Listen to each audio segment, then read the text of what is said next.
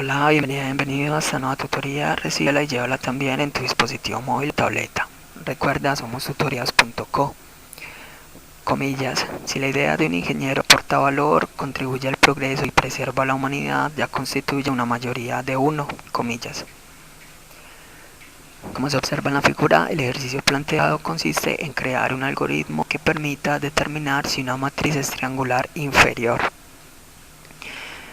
Por definición, una matriz triangular inferior es aquella cuyos datos por encima de la diagonal principal son todos cero. Planteamos la solución en un programa de 29 líneas.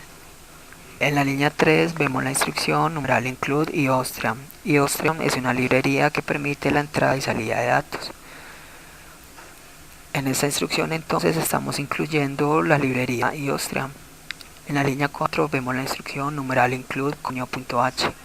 Conio.h es una librería que también permite ejecutar operaciones de entrada y salida de datos. Cuando se necesite mostrar información por pantalla, eso representa una salida de datos. Cuando usted necesite capturar información por parte del usuario, eso va a representar una entrada de datos. Entonces, cuando usted necesite realizar operaciones de entrada y salida de datos, va a incluir una de estas dos librerías. En la línea 6 vemos la instrucción using namespace std.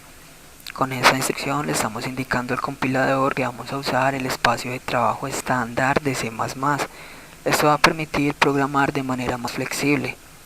Si no se incluye esta instrucción, vamos a tener que usar nuestro propio espacio de trabajo. Y de esa manera entonces vamos a tener que programar y ceñirnos a la semántica estructurada de programación de C++.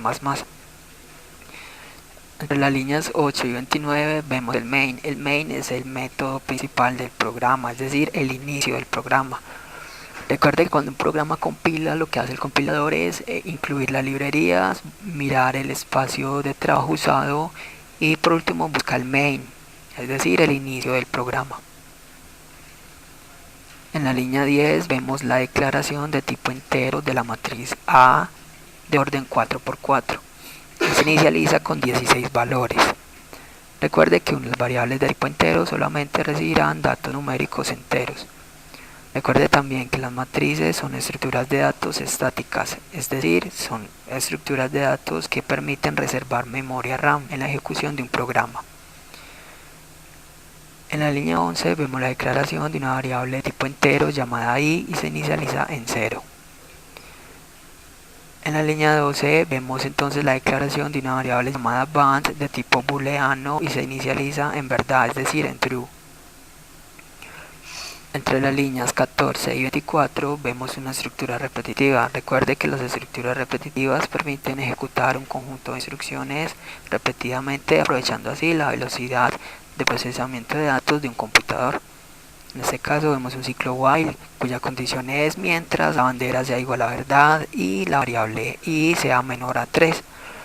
Recuerde que la variable band es una variable de tipo lógico, por eso cuando hacemos una condición podemos ahorrar el uso del operador de igualdad.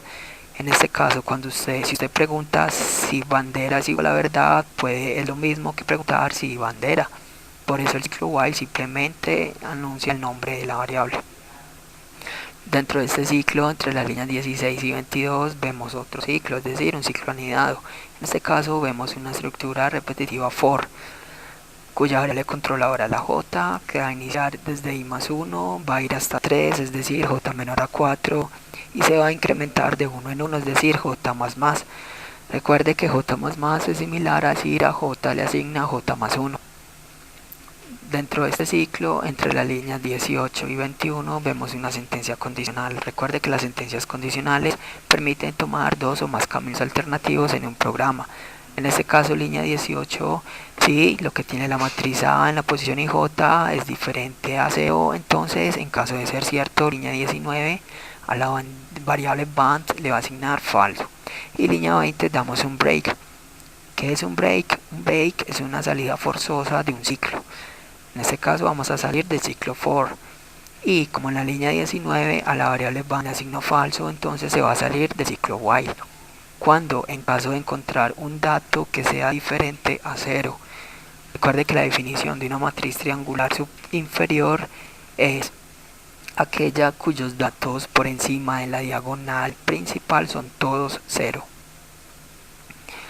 Cerramos el ciclo interno. En la línea 23 a la variable i la incrementamos en 1, es decir, ahí le asignamos i más 1. Y al terminar el ciclo while, entonces vemos la condicional de la línea 25. Si want, es decir, si la bandera es igual a verdad, entonces línea 26 damos un code. La matriz es triangular inferior. Recuerde que un code es una instrucción que permite poner caracteres en la salida estándar. La salida estándar es la pantalla, entonces code significa variable por pantalla. Luego, siempre que usted necesite mostrar información por pantalla, es decir, por consola, lo que hace es usar la instrucción code menor y entre comillas el mensaje a mostrar. También se puede mostrar variables y texto. El texto va entre comillas dobles y para separar el texto de las variables usa los símbolos de menor.